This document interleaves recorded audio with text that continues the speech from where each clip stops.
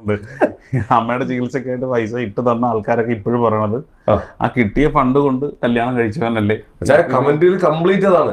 അതായത് ഇപ്പൊ ഈ കളവങ്കോടം ക്ഷേത്രത്തില് ഒരു കല്യാണം നടക്കുന്നതിന് മാക്സിമം ഒരു 6000 രൂപയാണ് ചെലവുള്ളത്.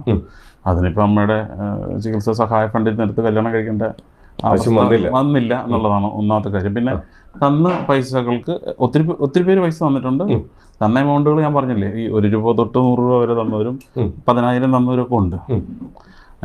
ഈ ലാസ്റ്റ് പറഞ്ഞ എമൗണ്ട് വന്നത് 1-2 സിറ്റിന്ന് എനിക്ക് വന്ന ലെറ്ററിൽ ഈ കഴിഞ്ഞ 11-ാം തീയതിയോ 12-ാം തീയതിയോ മറ്റോ തോന്നുന്നു ലാസ്റ്റ് ഡേറ്റ് തന്നിരുന്നു ബില്ലിൻ്റെ ബാക്കി അടയ്ക്കാനായിട്ട്. അപ്പം അങ്ങനെ നിൽക്കുന്ന ഞാൻ എക്സ്പെഷ്യലി അമ്മയ്ക്ക് 15 ദിവസത്തെ മരുന്നിന് വേണ്ടിയിട്ട് വേണ്ടത് 15,500 രൂപയാണ്. ഒരു മാസം എനിക്ക് വേണ്ടത് 33 രൂപ ഒരു മരുന്നിന്. പിന്നെ വേണ്ടത് ഒരു ലിസ്റ്റ് ഓഫ് ബഞ്ച് ഓഫ് മരുന്നിൻ്റെ ലിസ്റ്റ് ഉണ്ട് എൻ്റെ കയ്യിൽ. ഇതൊക്കെ ഞാൻ വാങ്ങിച്ചുകൊണ്ടിരിക്കുകയാണ്. അതിനിടയ്ക്ക് ആരും ഞാൻ ഡിസ്റ്റർബ് ചെയ്യണില്ല. പിന്നെ ഒരമ്മ ആശുപത്രിയിൽ അഡ്മിറ്റായി പോയി എന്ന് പറഞ്ഞിട്ട് പിന്നീട് അമ്മയുടെ മകന് ജീവിക്കണമെന്നുണ്ടെങ്കിൽ മറ്റുള്ളവരുടെ ഒരു ദയാദാക്ഷിണ്യം വേണമെന്ന് പറയുന്നത് ശടിക്കുന്നതൊക്കെ വെറുതെയാണ്. അത് ശരിക്കും പറഞ്ഞാൽ അത് വേണ്ടാത്ത തരം ചിന്തകളാണ്. പൈസ തന്നു, വാങ്ങിച്ചു, ചിലവാക്കി. അതിനുശേഷം ഞാനത് തന്നത് നീ ഇങ്ങനെയാണോ ചെയ്യുന്നതെന്നൊക്കെ ചോദിക്കുമ്പോഴത്തേക്ക് ശരിക്കും പറഞ്ഞാൽ എനിക്ക് എന്നോട് തന്നെ വേദന തോന്നുന്നുണ്ട്. കാര്യം ഇങ്ങനത്തെ ഒരു സിറ്റുവേഷനിൽ നമ്മൾ അങ്ങനെ ചോദിക്കാൻ പാടില്ലായിരുന്നു. അങ്ങനെ ചോദിപ്പിച്ചവർ ഇപ്പം എൻ്റെ കൂടുതലില്ല. അതാണ് ഏറ്റവും വലിയ കോമഡി എന്ന് പറഞ്ഞാൽ. തൊപ്പിയുടെ കൂടെ നടക്കുന്ന അച്ചായനെ നിങ്ങൾക്ക് കുറേ പേർക്കെങ്കിലും അറിയായിരിക്കും. അറിയാത്തവർക്ക് ചിലപ്പോൾ തൊപ്പിയെന്ന് പോലും അറിയാത്തവരുണ്ട്. സോഷ്യൽ മീഡിയയിൽ ഭയങ്കരമായിട്ട് എന്ത് ചെയ്യുന്നത് സ്ട്രീമിംഗ് ഒക്കെ ചെയ്യുന്ന ഒരു വ്യക്തിയാണ് തൊപ്പി എന്ന് പറയുന്നത്. അപ്പോൾ തൊപ്പിയുടെ കൂടെ നടക്കുന്ന ഒരു വ്യക്തിയാണ് ഈ അച്ചായൻ എന്ന് പറയുന്നത്. അപ്പോൾ ഈ അച്ചായൻ്റെ അമ്മയ്ക്ക് വയ്യ എന്ന് പറഞ്ഞിട്ട് 1 മാസം മുമ്പ് ഒരു വീഡിയോസൊക്കെ ഇട്ടിട്ടുണ്ടായിരുന്നു. ധനസഹായമൊക്കെ ആവശ്യമുണ്ട്, പറ്റുന്നവരൊന്ന് സഹായിക്കാൻ എന്നൊക്കെ പറഞ്ഞ് വീഡിയോ ഇട്ടിട്ടുണ്ടായിരുന്നു. അങ്ങനെ കുറേ പേര് അത് സഹായിക്കുകയും ചെയ്തിട്ടുണ്ടായിരുന്നു.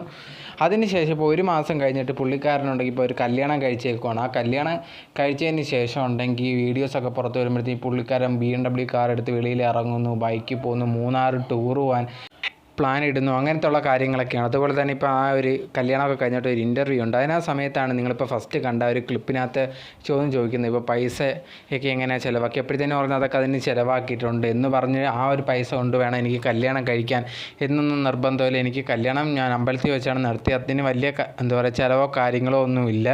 അതുപോലെ തന്നെ ആൾക്കാരെ നിന്ന് ഞാൻ പൈസ വാങ്ങിച്ചു എന്ന് പറഞ്ഞാൽ എല്ലാ കാര്യങ്ങൾക്കും എന്താ പറയുക നിങ്ങൾ അങ്ങനെ ചെയ്തില്ലേ ഇങ്ങനെ ചെയ്തില്ലേ അങ്ങനെയൊന്നും പറയേണ്ട കാര്യങ്ങളൊന്നും ഇല്ലെന്നാണ് അച്ചായൻ പറയുന്നത്. പക്ഷേ അതിനോടൊന്നും എനിക്ക് യോജിപ്പില്ല. കാരണം അവരത്രയും പൈസ നിങ്ങൾക്ക് തരുന്ന സമയത്ത് അവർക്ക് അറിയാൻ ആഗ്രഹം കാണാം അവരുടെ പൈസ കറക്റ്റായിട്ട് തന്നെയാണ് ഉപയോഗപ്പെട്ടതെന്ന്. അല്ലാതെ ഈ ഒരു അമ്മയ്ക്ക് വേണ്ടിയാണ് എന്ന് പറഞ്ഞ് വാങ്ങിച്ച പൈസ കറക്റ്റായിട്ട് അമ്മയ്ക്ക് തന്നെ യൂസ് ആയോ അതോ വേറെ കാര്യങ്ങൾക്ക് എന്താ പറയുക വേറെ ആവശ്യത്തിന് വേണ്ടി പൈസ എടുത്തോന്നൊക്കെ ഇവർക്ക് തന്നെ ഈ പൈസ ചിലവാക്കി അവർക്ക് അറിയണ്ടേ. അപ്പം അതിനെപ്പറ്റി ചോദിക്കുമ്പോൾ അതിന് റിപ്ലൈ കൊടുക്കാൻ മറുപടി എന്താ പറയുക ബാധ്യസ്ഥനാണ് ഈ ഒരു പുള്ളിക്കാരൻ. അതിന് പിന്നെ പറ്റത്തില്ല അങ്ങനെയെന്നൊക്കെ പറഞ്ഞിട്ട് അതിൽ കാര്യങ്ങളൊന്നും പറയാൻ പറ്റത്തില്ല.